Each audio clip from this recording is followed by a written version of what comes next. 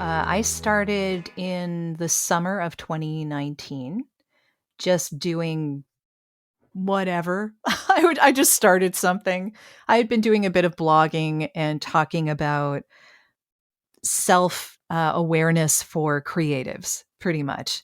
So it was really, common wisdom things like you don't need to be taking a picture every time you do something. You could just experience the moment. You don't need to be productive every second of the day. Your mental health does not mean that you have to be doing something for someone else every second of the day. Think Right. about doing stuff for yourself as well to accommodate your own mental health and allow you to have more to give other people when you are ready to do that. So things like that, just like really simple, common wisdom type things that just some people need to be told. And I did that for about 30 episodes. It was called Jodi's Silver Linings. It was really kind of this silly little podcast that I just did because I had no idea what to do. I didn't really know anything about podcasts, not a lot. I was just trying to figure out what I was going to do. And after 30 episodes, people started asking me to be a life coach. And well, because what happens is when you do a podcast, whatever you happen to be talking about, people consider you to be an authority in, right?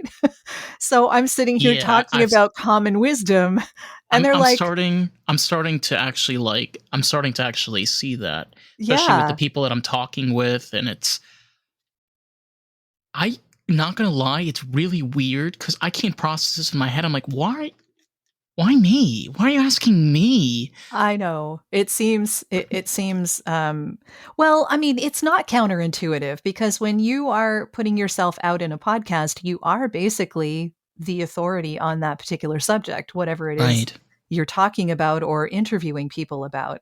And when I started my new podcast, and that was November 2019, I I kind of decided that I wanted to do something that was more in line with what my business is. So, the reason that I decided to start audio branding was because as a voice actor, I was noticing that not a lot of people were putting emphasis on the sound of their productions. What was happening was I was being added as the last ditch thing on the end of their pretty project, right? They hadn't thought about the voiceover until that very moment, and suddenly they needed to hire someone, right? So, it kind of it it made me a little upset for the people who work in sound because sound is equally as important as visuals because the sound portion of that is what makes you care.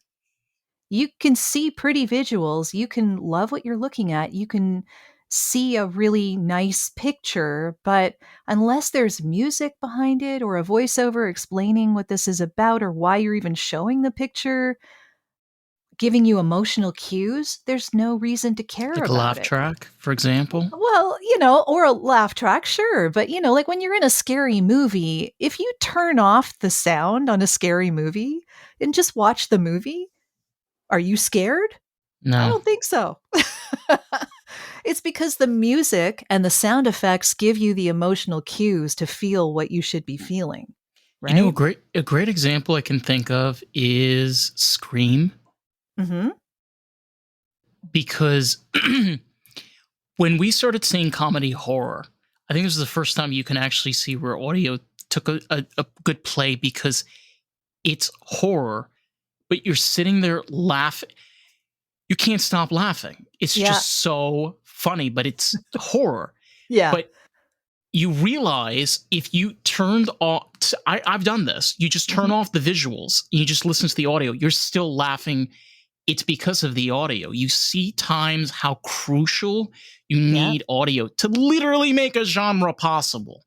Yeah. Yeah. Crazy. Yeah, totally true. And yet, it's only really been in the last well, I mean, I think mainstream, it's really only been the last 5 or so years that people are starting to pay more attention to it, and I think that Really the yeah, because I crazy. think I think that COVID and everybody at home and doing this all remotely and wanting human connection but not being able to be in person, yes, Zoom had this huge resurgence and became, I was a member of Zoom way before the pandemic. Just like I was using it for all sorts of things. But Mhm. in the pandemic, it just went like it just went through the roof, right? But Clubhouse, things like social audio, things that allow people to communicate voice to voice where they didn't need to be in the same place to be able to hear each other. And it kind of drove home to me the fact that our authentic selves are displayed in audio as much as it is in the visuals. And you can hear what someone means. You get context by hearing their voice speak words, right? If you're reading the words, you don't always get the context. So, Necessarily, yeah. yeah, so text is great, emails are fine, There's no but context. there's no There's no context. feeling, no Yeah. emotions, nothing. Yeah, I use a lot of emoticons in Yes, in I do just too. about every, like, email Yes, I send same. or anything. Yeah, just because that's the only way to get it across otherwise, right? Well, the cool thing is, especially when you have friends or family, you create a pattern Mhm, with this type of communication. And I feel this happens throughout the mainstream, especially with audio. Because, like, think of your favorite genre. mhm. If I start doing like a tune, dun, dun, dun, dun, dun, dun, you know exactly what I'm talking about. That's Yeah, universal. yeah. So that in itself has become a staple within culture. And in Mhm. itself is a reminder of not only is our history shown within um, context of murals on walls, hand cave drawings or structures like the Colosseum, but now audio. Yeah, and I mean, I would never say that it's only been the 5 years since people have been paying attention to audio or working with audio, definitely not. I mean, there are people who make their livings at this on a regular basis, and I commend every one of them. What I meant to say was that the last 5 years have really brought it to the public's attention in a much more public way. Things like Christopher Nolan's use of music as a separate character in his films. I mean, it really is. Unfortunately, to the detriment of hearing the dialogue, but he's thinking about it, right? Like, Yeah, and 100%. yeah, there are all sorts of audio branding companies out there that are now starting to really see big companies, come to them needing audio branding, wanting to add that audio component to an already stellar visual, or I've even not even having a visual and wanting the whole thing to work together and going visual and audio at the same time, which you really didn't see. Unless they were huge, huge companies, you didn't really see a whole lot of that going on. So yeah. yeah, I like to bring this up, and I want to hear your thoughts on Mhm, this. I think that there were two crucial periods for audio in the 20th century, and I guess now we have in the past 5 years here in the 21st century. mhm. When we went from silence films in the early 1900s to the development of audio, just to let a lot of people know, back then, the audio and video were not together. They had no way of doing that. That didn't actually happen, believe it or not, until the 1950s. Isn't that crazy? So stars like Lucille Ball had her audio track was separate, and then there was a video that was recorded, and then they put the two together. Like The Wizard of Oz was made like this, Gone with the Wind. That's the only ways they had. So there was from this period from like the teens all the way to the 1940s trying to figure out a way of how can we make audio more accessible, more powerful for motion picture. And then you had the period with jingles. Like, come on, I remember like kind of Oh, listening to little yeah. jingles as kids. Yeah. That was a crucial part of advertising and marketing and way of brands bringing people to buy their products. But you're right. There really hasn't been something like that in 60 years. It's been a really long time. Yeah. I mean, film soundtracks are an art form, and they have always been an art form. And that I'm so in awe of anyone who can make a movie soundtrack. It's just like the idea of that is so overwhelming to my brain. But not only that, using the music in order to influence what you're seeing and what you're feeling when you're watching something on screen as far as movies are concerned. But taking that and putting it into the advertising realm. So there are advertisements that can make me cry because the music and the topic and whatever else it is, and I'm just like a waterworks. I can't help myself, right? Pharmaceutical commercials I every time. But, you're right about the jingles as well. I think that there was a time period for a while there when they were super, super incredibly popular. And they got kind of cheesy. I But know. almost the cheesiness made them more memorable.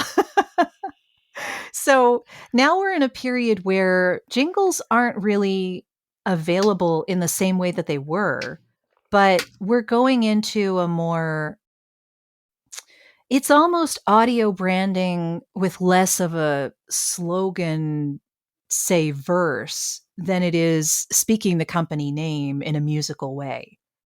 And Yeah. with our current musicality, right? Like the current music trends that we hear. And so it doesn't sound like jingles of the past to us.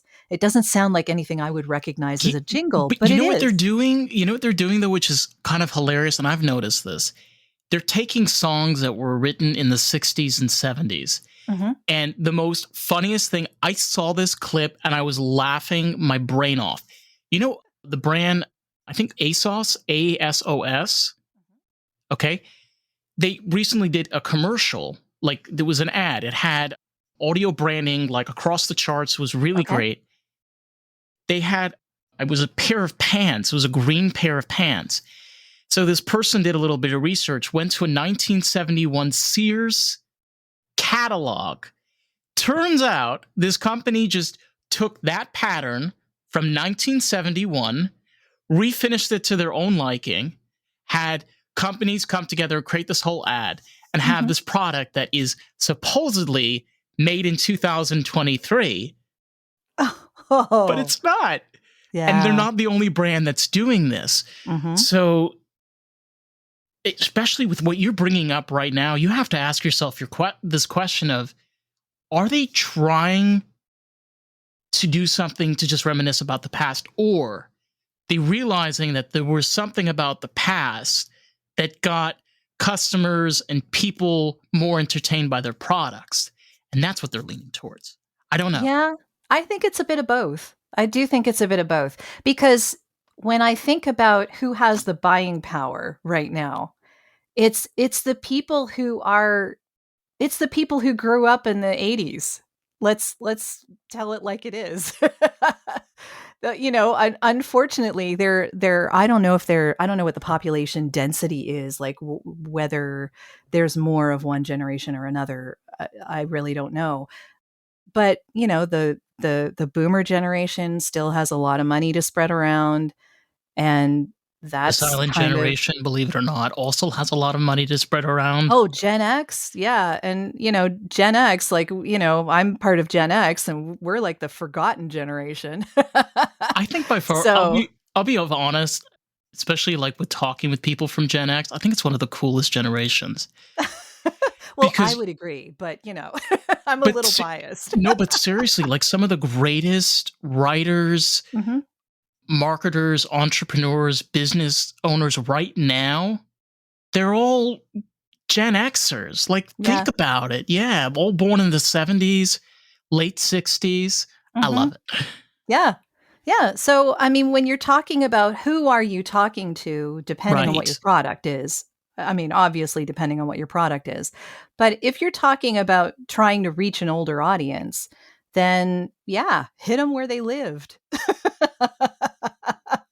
Right? I mean, repurpose the 70s and 80s, and you've got a ready made audience there, right? All about the artist. That is the whole purpose of this podcast, period. And you have a really valuable tool. You can share this with artists, people that are creative, someone that can enjoy this podcast and really enjoy the experience of Lost in the Groove. So, with that, let's jump back to today's episode, shall we? It's kind of crazy though, because you have to then ask, like, are you dealing with then a very biased audience, or because Probably. I like to believe that you can be able to capture a really creative audience, people that are looking for something different, something that's interesting, and something that would inspire them, and maybe they could learn something from. Oh, totally, totally. And I think part of what advertisers these days have to contend with is that they can't only pull from the past, they have to make it relevant to the current, right?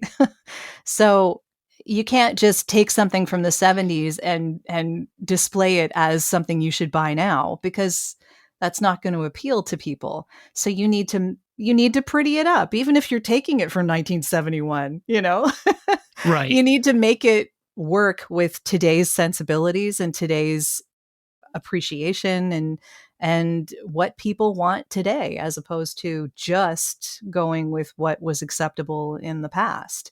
So there's a lot of creativity, I think, that comes into melding those two things. And I don't think that we should ever forget our past. I just don't think that it's the only good thing about what we're living now. Right. It's a different it's a different outlook, and it's a different approach, I feel.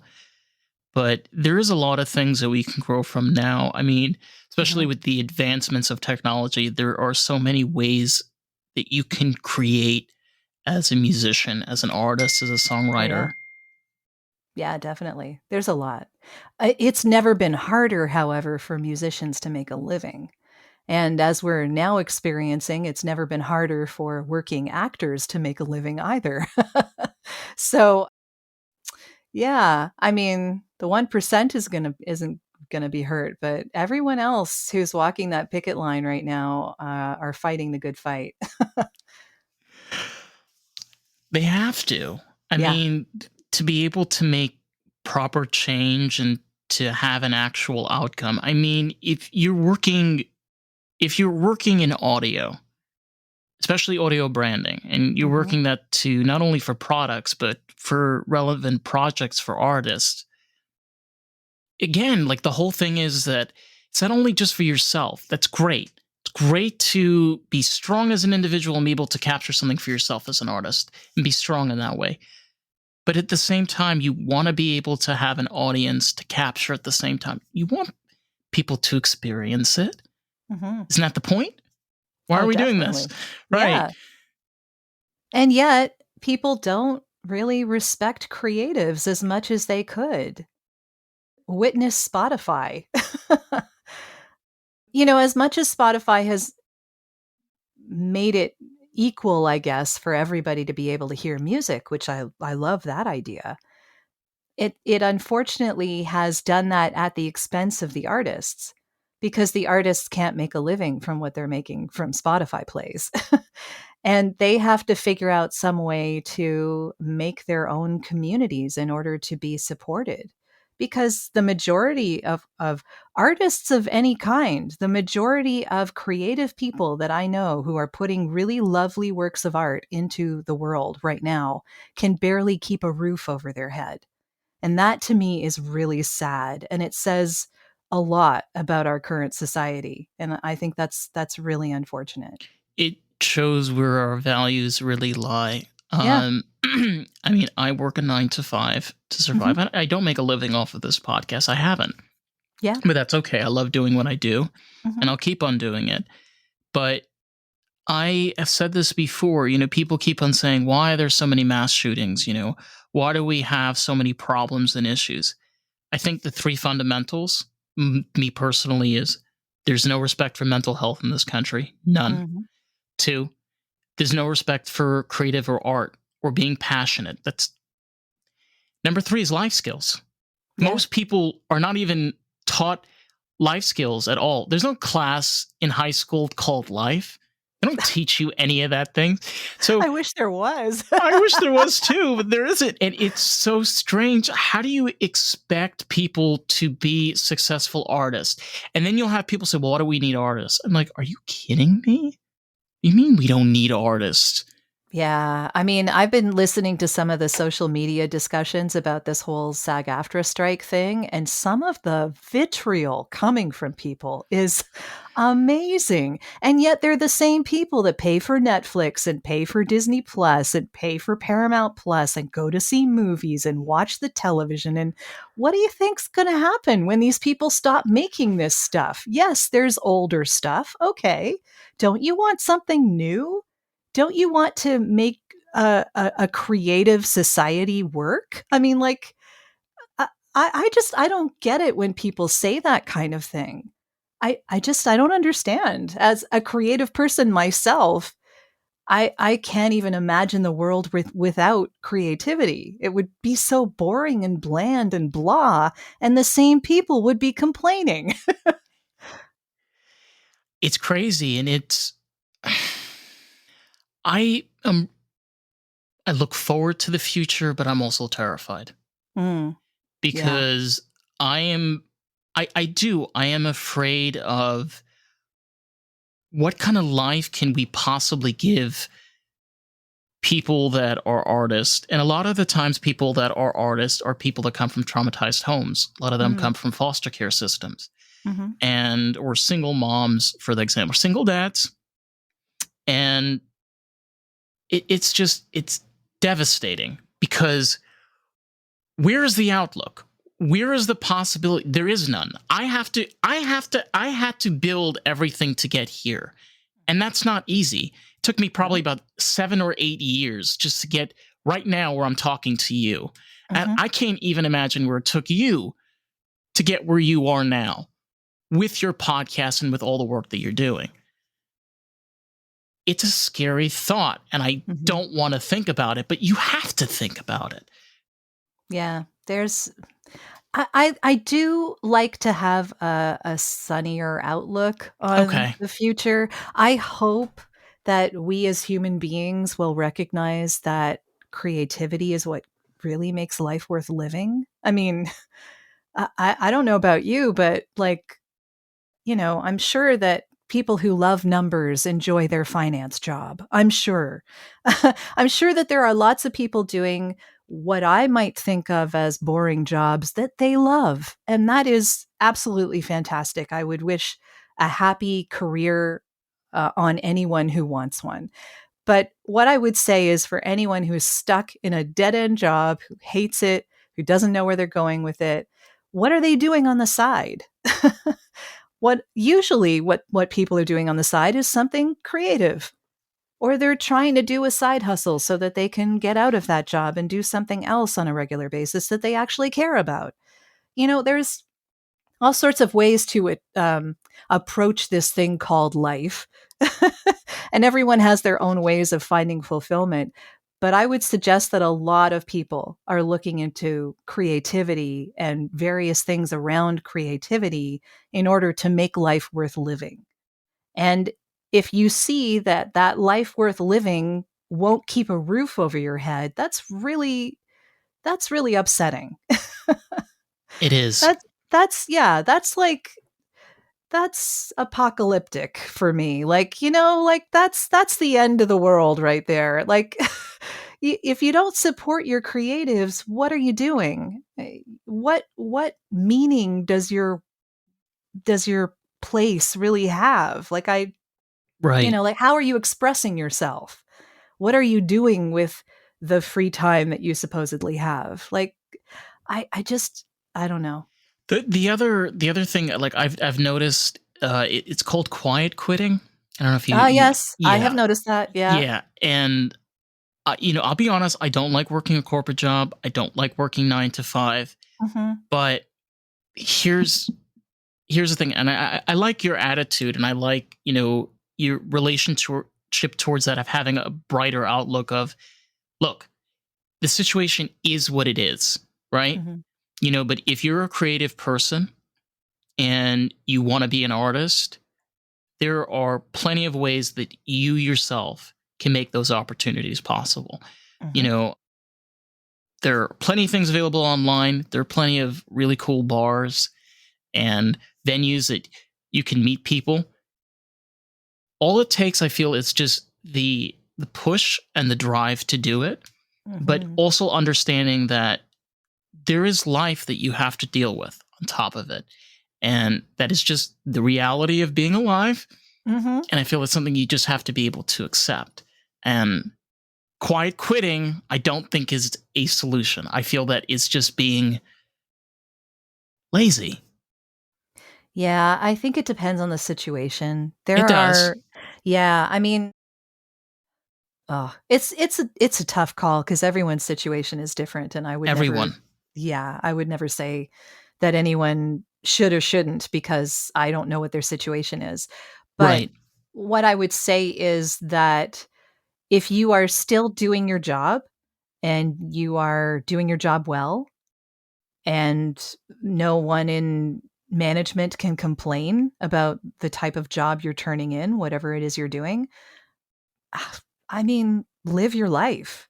You know what I mean? Like that's if that's considered quiet quitting, then okay.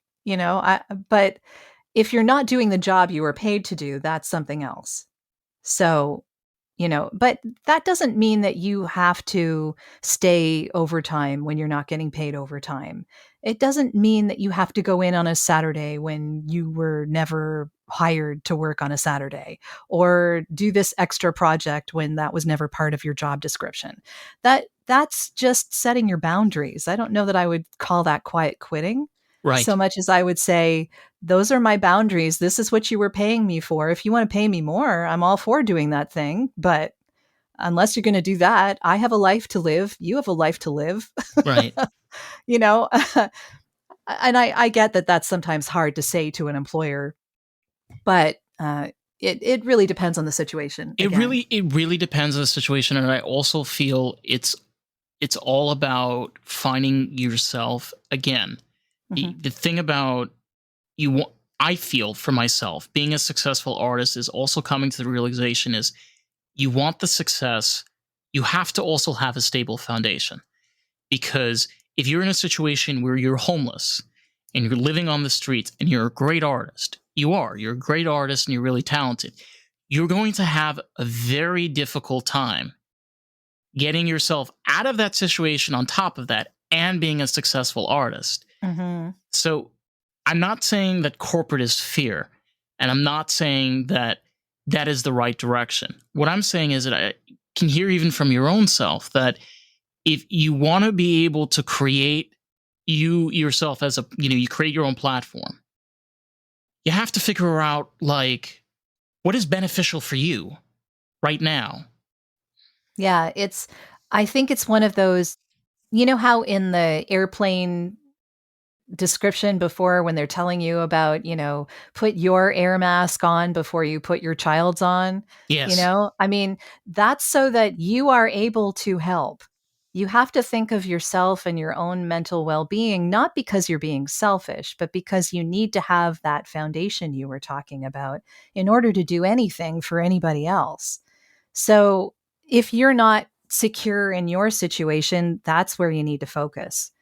And what I would say also is that creatives of just about any type these days are much more easily able to make their own communities. There's one thing that this modern age has taught us, and that is that a lot of things can happen remotely. A lot of participation can happen remotely, and communities can start up for any reason. And creatives should really be making their own communities in order to be supported by the people who are fans of what they do. Right. Because Spotify isn't going to pay you. No. Neither is Apple. Or, yeah, or any other large corporation. They're there to make their money. Yep. They don't care about you at all. But you want to make sure that you have a community of people who do care about what you contribute. And that is more easily able to happen now than it ever has been. And of course, we're coming up on like Web 3.0 and the blockchain and all of those really interesting parts of our remote connection that are becoming more and more interesting. And they're not Yeah. easy yet. They're not easy to do yet, but I think that they will be. And when they're a little more, when the barrier to entry is a little lower, I think a lot of people will start going on board that. And It's a hopefully that'll help creatives. well, it's a different age. Like I got into digital art quite a few years ago, actually during the pandemic. I got an iPad and an Apple Pencil, and I was like, "This is alien. This is strange. I don't understand." But was able to develop both of the logos for Lost in the Groove and American Groove digitally. Those are digital logos that I did.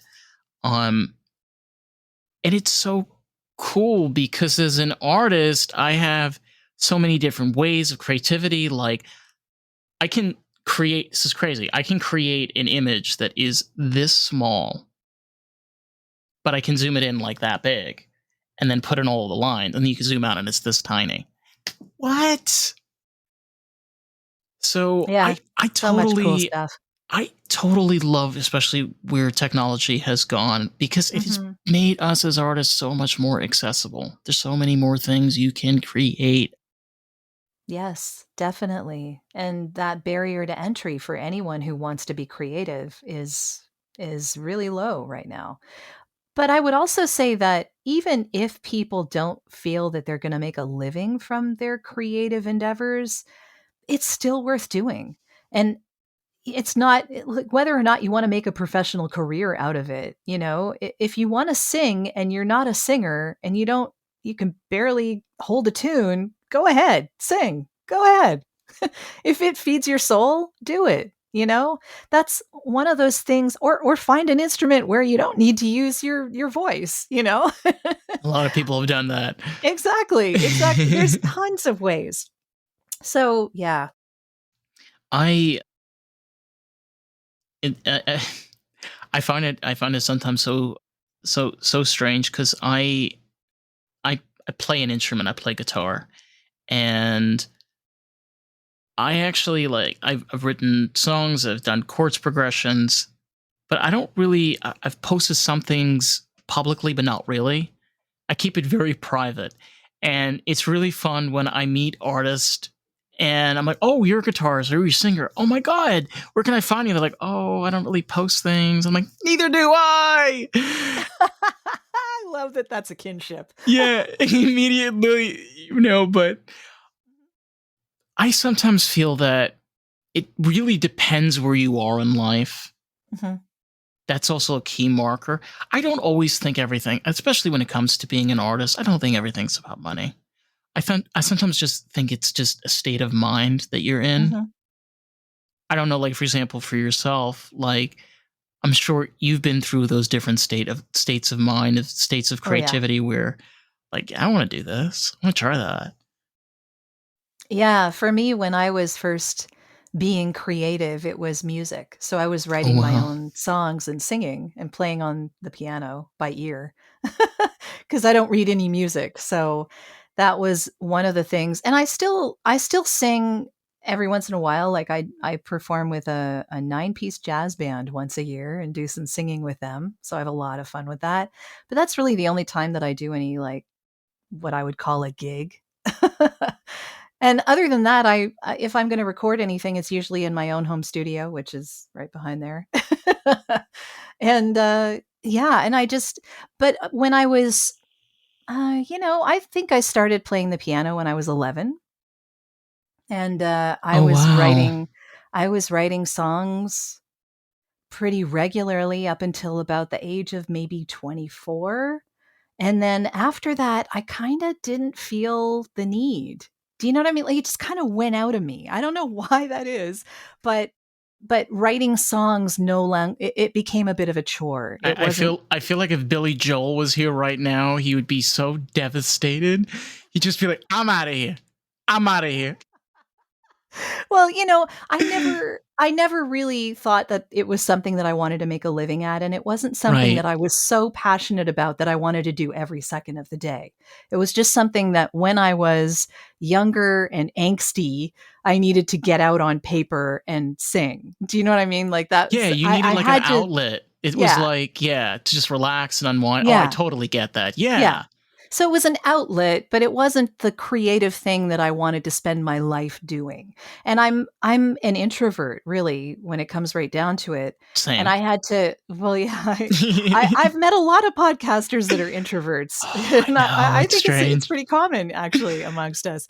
But yeah, I I had to overcome a lot of shyness, and overcoming that, then I need my peace and quiet. So Yes. after I do something that's very highly public, I need to be able to step away and have some rest and relaxation and peace.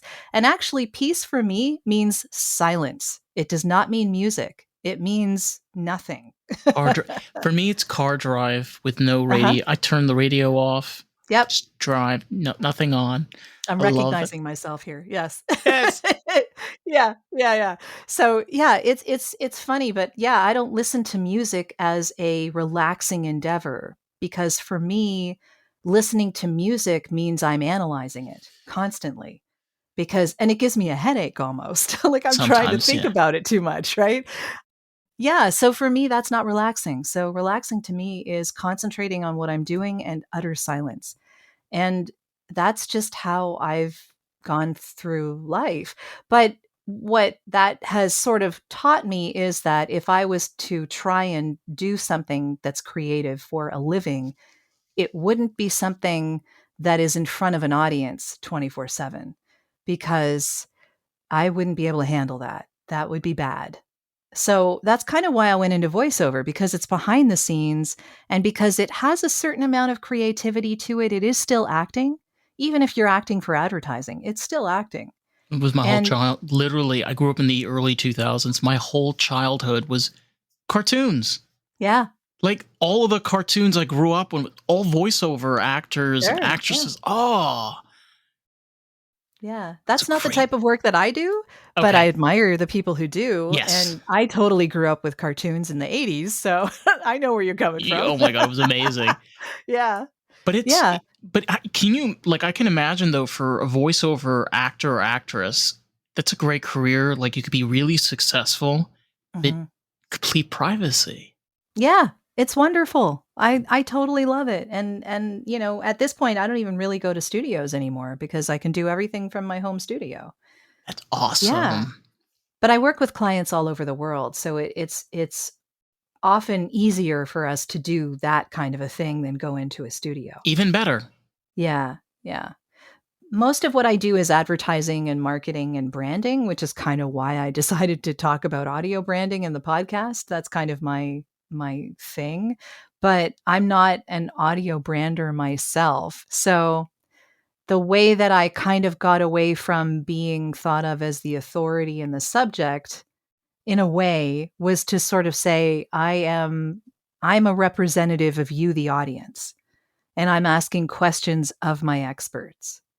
So that's kind of where I've geared Oh it. my god. I Yeah. literally feel like this is Alice in Wonderland and the one with the mirror to glass something.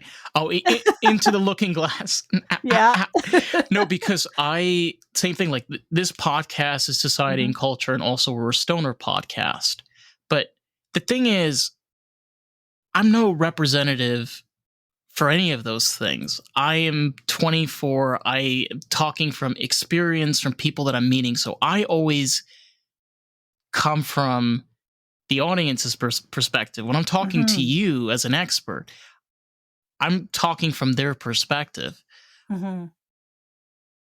Because let's be honest, how do you think we learn as people? We ask questions. Yeah. Very much so, yeah. Yeah, if you stop growing the minute you stop being curious. Oh my god, yes, it's so Yeah. true. And it's so crazy in how being curious can sometimes be a crime. What is Mhm. wrong with being curious? What is wrong with asking questions?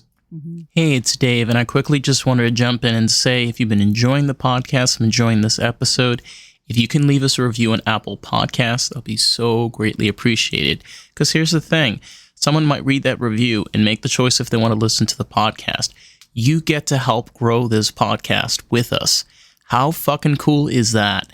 Let's jump back to today's episode. Agreed. I think more people should ask more questions, especially now. Oh my god. Yeah. It it's so, I mean, it's so wild, especially what's been going on.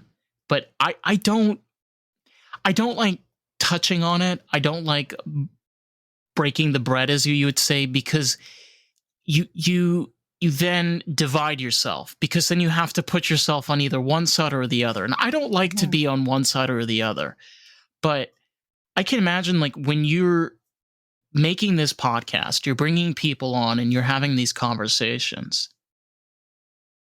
I don't even know on how that would make you feel. Like, when you're dealing with these brands and companies, of course you want to represent brands and companies that you can relate with. But Yeah, I like to be curious and I like to ask questions about people who are on as a guest. I don't want to be threatening. So what I mean by that is I am not making my living in audio branding. I want to talk to people who are. And just because the podcast is called that doesn't mean I'm trying to make a living and competing with them, right, right? So I don't want them to think that I'm a competitor in what they're doing. I'm there to find out what they're doing so that the people who hire me, the voice actor, know what audio branding is and how important sound is and understand that there's a reason they're hiring people to do their sound or to be their voice actor or to, pay attention to that kind of thing in the like a first place. portfolio, like basically like adding to your portfolio. Well, yes and no. It's less about me and more about trying to forward the idea that sound is important in general, really, but especially when it comes to advertising. And I think that a lot of people have, let that fall by the wayside because it wasn't convenient or they just assumed it was there and it really isn't. you know. What do you feel that, like, I've always been curious on how radio in a way failed now, but podcasting has flourished tremendously. It's kind of weird how both of them are audio. You have radio that have interviews. There's such a Mhm. thing. Like, there's not just Sure. radio Yeah. stations playing just audio all Well, day. talk radio is great and it's still going on and news radio is still going on. There's a lot of radio that's still out there. It's just that right now radio is really the realm of the car, right? It's not something Right. that people maybe they might tune into an internet radio station, maybe, but Maybe. it's kinda unlikely. Like, even the older crowd is not really listening to radio on their computer. They're listening to it in their car. So and unfortunately, what's happening is that the local radio stations are being taken over by AI voices and AI programming, right? So, like, because there's really very few humans. There are a few, but there are very few humans left doing the radio programs. And I'm hearing about people being laid off from radio day after day on a regular basis. They go into voiceover. It happens a lot. You know, So, yeah. it's crazy because I remember when I was out in LA, there was a radio station I used to like listening to, and it turns out that none of the people were real. Yeah. It was all fake. Mhm. Like, they were the craziest part. I remember because Carissa, she's the co-host for American Groove. I was telling her, I'm like, wait a minute, so there's no, like, building in Long Beach? She's like, no. But they're two people talking to each other. She's like, I know, but they sound human. And she's like, I know, but they're not real. And I'm like, I had a serious moment. I didn't even know that was possible. Yeah. Well, it's getting more and more possible. And I'm not saying necessarily that it's something that shouldn't happen. I think that technology happens and we Yes. deal with it. And I just think that there need to be boundaries put in place. There needs to be transparency. So, like, they probably at some point let people know that they are not real people or your friend wouldn't have known, No, they right? say it on their website, but they don't say Okay. it on the actual Yeah. radio But they don't station. keep it hidden. No. They're not deliberately trying to hide it from people, But they don't right? say anything when you're listening, though. They only show it Yeah. on your website. So it's kind of like you have to be willing to go on their website and see. Yes. Yeah. It's a little deceiving. Maybe a little, maybe a little. I would say it depends on whether those voices are licensed out real people or if they're created by a synthetic voice simulator. I don't I know don't think they whether. were synthetic. I think it was they had actual people, like the voiceovers that Mhm. I don't know how they do it. They go over words and things, so the computer's Yeah, able to put it together into a yeah. sentence, So they purchased a voice probably from a subscription or something like something that like that. then. Yeah, Yeah, yeah, okay. So, yeah, then what would immediately occur to me is, were the people doing those voices compensated for the use? And if yes, then sure, no problem. Is there a model in place now that adequately compensates people when their voices are used? No, I don't think there is, unfortunately. And that becomes the biggest problem. even So, look at like the craziest thing was like with Robin Williams. I mean, he was yeah. one of the biggest voice. So look at his contracts. Oh my god, Mm. it was. I when I read that article, it came out about 2 years after he passed away. It just went to show you how much mind manipulation and twisting there is. It's like so just in simple terms, Mhm. basically Robbins Williams' voice is partially owned by Disney. So I something like 50 something percent insane. Mhm. Yeah. So that means that the Disney company has rights to use his voice. What the hell? Yeah, yeah. I It's think crazy. originally, before AI was even a thing, I think that mostly they were putting that clause in to make sure that they could promote the animation films that he was a part of. So, for instance, doing the genie, Right. right? So they wanted to make sure that they had the ability to use scenes that the genie was in order to promote it wherever they were going to promote it. And when they use terms like in in mediums known now and known later, then it becomes an AI thing because there's no protection, right? Yeah, I mean, his estate might be able to claim that there's some, legal. Yeah, but this is the problem. See, this is why people get very pissed off. Like, for example, with Paul McCartney, because Mhm, what Paul McCartney has basically done since the 1980s, he has bought all of the rights. So at this point, him and Ringo are basically the rightful owners for George and for John. Like, mhm, Yoko gave permission to Paul. yeah, So but unfortunately, a lot of people don't have these situations. I mean, first of all, the man is in his 80s, and this was a span of 60 years of his career where he got to where he is now. That's yeah, insane. mhm, It's an excellent point you bring up. A lot of people don't think about it, especially when your voice, your voice over actor. Where are your rights? yeah. I mean, right now, it's really ambiguous because there really isn't any precedent set in actual court. Oh wow. In Yeah, it's kind of it's this weird gray area where they're not really sure. Pardon me. They're not really sure where the real voice ends and the synthetic voice picks up, because is the synthetic voice, if it's made by AI and a software company, really yours anymore? Or Has it Oh become a my new god. entity? Is it copyrightable? Oh my Right now god. they're saying that artwork, for instance, made by AI is not copyrightable, right? So there's all sorts of things that we need to figure out. What I would say is that transparency is key, and that people should own their own intellectual property, whether that means they're using it on behalf of a company or not. If it's out there in the public and they provided it, it should have some type of protection from being used to educate AI, so that whatever is created after that somehow gets out of their hands. I mean, that's the problem, right? We don't know what AI is using. We don't know how it's melding things. We don't know how much of us is in what the AI is creating and how much we own of that. Just like branding is so vital for platforms such as both of ours, Mhm.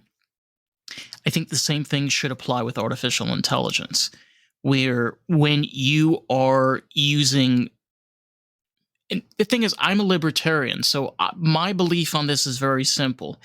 If you make something and your name is on it, it's yours. If somebody tells you it's not, they're lying to you because your name is right on it. So it's yours. Same thing applies with, people that are doing programming, for example, Mhm. computer software. If you made the software, it's yours. The second you start getting into the twisty words of, well, if you get to this line, and if it's no no no no no no no no no no, you're using their work. So I don't care it's artificial intelligence. You have to pay them the rights to use their work. So you cannot create your own David Chu artificial intelligence mural for someone to buy on Etsy for $28, which, by the way, is a thing. It's so stupid, but it's a thing. Wow. Okay. Yeah. And you cannot do that. It's not your work. Yeah. I don't know. What do you think is a possibility of this changing? I think that lawyers and judges are going to have to figure out where the line begins and ends. And those precedents need to be set, and they need to be set really soon, because AI is starting to already get out of control. And there will always be bad actors. There will always be people out there using it for scams, or trying to take money from people, or stealing things that don't belong to them. That's just going to happen because humans are humans. And Fortunately, yeah, but yes. unfortunately, it's what happens. But Uh, there need to be protections in place for the people who have the intellectual property that can be stolen. And I think that that is going to be a high priority in the next little while. I know, for instance, when it comes to voice synthesis, there's a company out there that's a not for profit called the Open Voice Network, and they are funded by Linux. And they've put together a whole bunch of discussions and white papers, and they've come up with a contract for voice actors to supply their voices for synthetic use, and all sorts of interesting aspects of what's coming up with AI and voice. And they're a company definitely worth watching. So if anyone's interested in that, I would highly suggest that they check what's out the the name of the Open Voice company? Network. It's called Open Voice Network. Okay. That's really it's really cool, especially when it comes to synthetic voicing, Mhm. because it has really revolutionized the way that we can see films. Uh think about it. There are films that have people that have been dead for like 40, 50 years, and it Mhm. sounds, recently I forgot the name of the film that had, I think, Andy Warhol, but I mean he's been dead for, I think, almost over 30 years. Yeah. And it was crazy. Like you couldn't even tell that it was a synthesized voice. Crazy. Yeah. Wasn't it Anthony Bourdain that they did that with, without telling people? I think something They like that. got into big trouble with about that. Yeah. Yeah. So again, lines need to be drawn. They need to figure out where this is going. And consent and transparency is going to be key during all of that. Yes, it Yeah. It's is. all about consent. Yeah, I feel like safety and protection and privacy is kind of being thrown out the door in many Yeah. ways. I think this Yeah. is why there's been a resurgence of the underground and independent artists and creators and filmmakers and writers, because how do you expect these people to make a god honest living if they don't know if it's going to be happening tomorrow? Yeah. Well, that's what the people who are on strike now with SAG-AFTRA are partially fighting for. A lot of it has to do with AI writers and background actors being scanned in order to be added to other movies. Do you know what the best artificial intelligence program I feel? It's expensive for writing. It's called Grammarly. Oh, Okay? okay. Yes, I've heard of it. Yeah. You know why? Because you get to sit there. I'm dyslexic and I have a reading and learning impairment. So I sometimes Mhm. will write things backwards, and it'll show you where your commas are supposed to go, where your periods are supposed to go. So you do the writing, and it uses artificial intelligence input to show you how you can better your sentences. I see. Yeah. That is the best way to use artificial intelligence, Mhm. because you're helping people able to write, not just taking a bunch of people's writings from different articles, because that's what artificial is doing. It's just taking things from Yeah. different places and then just giving you that. So, Yeah. I like to use things like ChatGPT for yes. ideas. So Yes. so for ideas. So for like a little hint of something, I'm not asking it to write anything for me. I'm just asking it to tell me, some ideas for this particular scenario. Or if I need to, let's say, make a title of my podcast 120 characters in order to fit into a particular field where I'm promoting the podcast in some place, and it has to be 120 characters, including spaces, then I'm just going to put in that title and say, make this 120 characters with spaces. Give me an idea for, and then it does it. And that means I don't have to worry about that kind of thing. So for that, I love it. I think it just saves time. But, when it's creating things out of supposedly nothing, it's not creating things out of nothing. Nothing. It's It's it's taking other learning people's from work. exactly. Yeah, and that becomes the issue. Yes. And Yeah. it's a I mean for your own self and like for your own career. Mhm. And you've been dealing with, having people coming on, especially working with audio branding. Have you had people on like talking about how this has negatively affected them and their career and their business? Not directly, actually. We've Okay. talked about synthetic voice, and I've actually had some people on my podcast who have synthetic voice companies. So they make the software that makes synthetic voices possible. And they're actually, many of them were working in the realm of helping podcasters do better work with their podcasts, making it easier for them to have certain options available to them. And in those kinds of aspects, I can kind of see how it would be useful and how things might progress. But I haven't really had anyone tell me that their career has been devastated by AI. I think that most people I know in the audio business are using it again, even musicians, for ideas, for the spark of something to continue on with. They're not using it to finish things. They're using it to maybe give a few ideas of how to start so that, you're not figuratively looking at the blank white page for too long. Right. Right. Right? So in that way, I can see that it would be really super useful. Finishing it for you, I've never really seen anyone do that. And especially not for audio branding, because audio branding is almost more of an art than a science. So when it comes to that, you're dealing with emotions, and a computer can't feel emotions. It just doesn't know what to do with that. Not yet. So, well, honestly, if we're talking about AI as learning from previous things that have been fed into its database, then no, it's not feeling emotions. It's just taking what it has and making something out of it. Right? It's not actually genuinely been given autonomous thought. Do you know what I mean? No, Yeah. I this is a deep thought, but it's Yeah. something to take in mind. Uh-huh. Right now, they're developing what's called a quantum computer, which is the next generation of computers. Okay.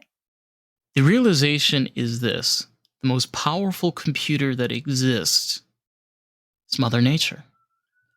The Okay. development of how a planet is formed in our known universe is all done through math, science, Mhm.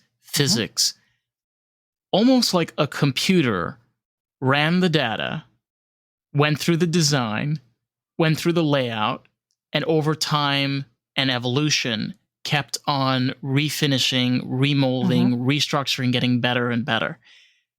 So, as much as we like to think, we are in itself live in a computer, the most powerful computer that has ever existed that we know of. Well, then our bodies would be computers too, in a Correct. way, right? Yes. So yeah, there's a lot that goes into that. Organics as opposed to, computer components. Yeah, I mean, it's true. We could say that evolution or whatever has created us, the Big Bang or whatever created our universe is a big computer simulation. I mean, who knows? Right? But yeah, but we have to deal with what we have here on the earth now. Right. And unfortunately, humans are ruining the computer that is Mother Nature. And we need to figure out how to fix that. Do you know, by the way, that like this is so random, but you know that some animals have actually been fighting back. Recently, I heard that there have been whales that have been throwing ships overboard, like destroying ships. Uh-huh. Uh, I heard cases. I heard recently there was a case of like there was a gorilla or something where that like escaped from a zoo and like literally went and attacked a person. Oh, it was crazy. Uh, Again, like I know it's like so out of the realm, but it's kind of a way of like the Earth being like, "Hey, kind of made you. I can kind of get rid of you in a matter of a second." Yeah. Oh, totally, totally. What do you think the weather is doing?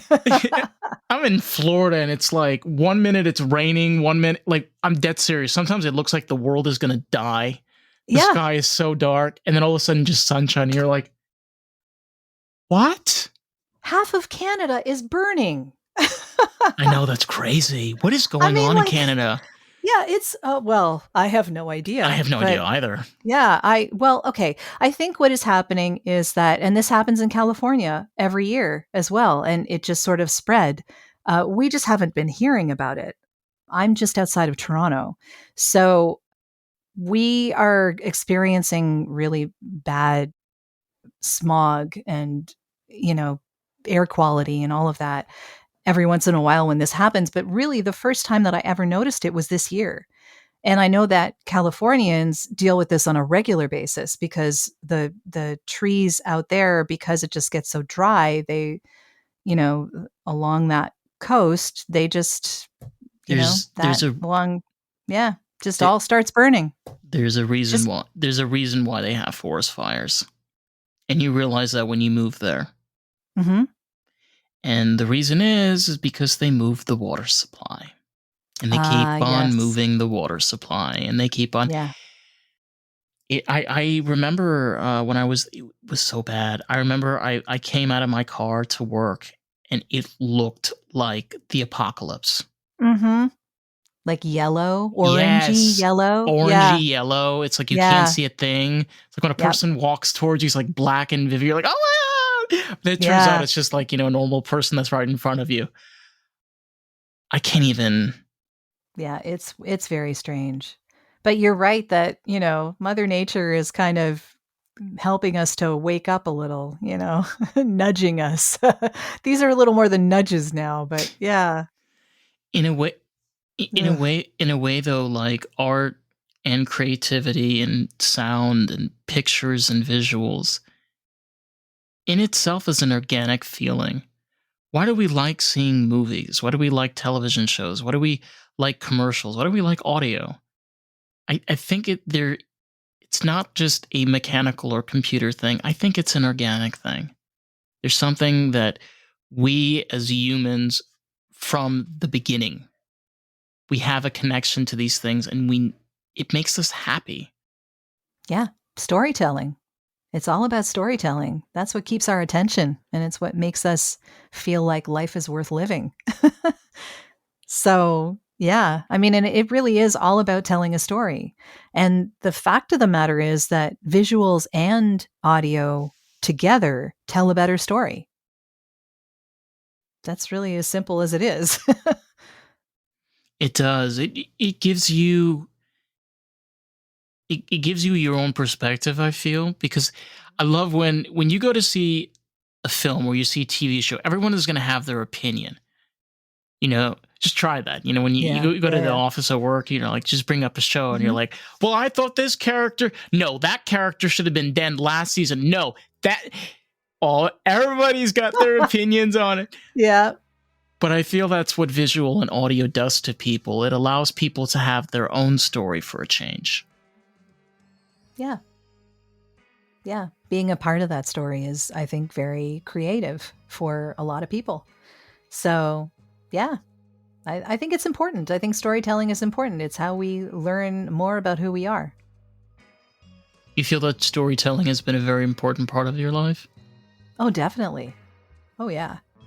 Yeah. I mean, every time I come on a podcast, I know I have to tell a story, right? If I don't tell a story, no one's interested. Every time I do a podcast. Yeah. It's about the arc. Oh my God. It's kind of weird. I never really think about it that way, but it is. It's a story, I mean, this is something I can talk about in like 10 or 15 years. Yeah. Crazy. Yeah. And it's very creative. Yeah. Can you imagine, like, even for yourself in your own career, like the past years or so, where people you've met along the journey, and just thinking back now, where you are now as a person? It's amazing on how far we go as artists. And I think that's one of the most exciting things, is just the journey on the VW bus going all the way to Woodstock 69. That's a little before my time, but It's okay. No, it's okay. Yeah. It's before my time too, but I wish I was there. Can we get a time machine so we can go, please? I want a peanut butter and jelly sandwich while listening to Jimi Hendrix. Yes. That would be kind of awesome. Yeah. Yeah. Oh God! Wow, we've been doing this for an hour. Jesus. Let me ask you this: for anybody that has managed to be here, and we love y'all. We love y'all. Where can they find your socials? Where can they find your podcast and check out more? Well, all they need to do is go to my voiceover website. That's at voiceoversandvocals.com, and all of the info is there. Wow. They'll find everything they need to find. Super simple. Everything in one spot. One-stop shop. Yep. Awesome. Well, if you like what you like, be sure to like and subscribe. And if you want to check out more of the podcast, you can find us on Facebook, Instagram, TikTok, and YouTube at Lost in the Groove Pod. So, with that, catch you on the next one. Stay groovy, my friends.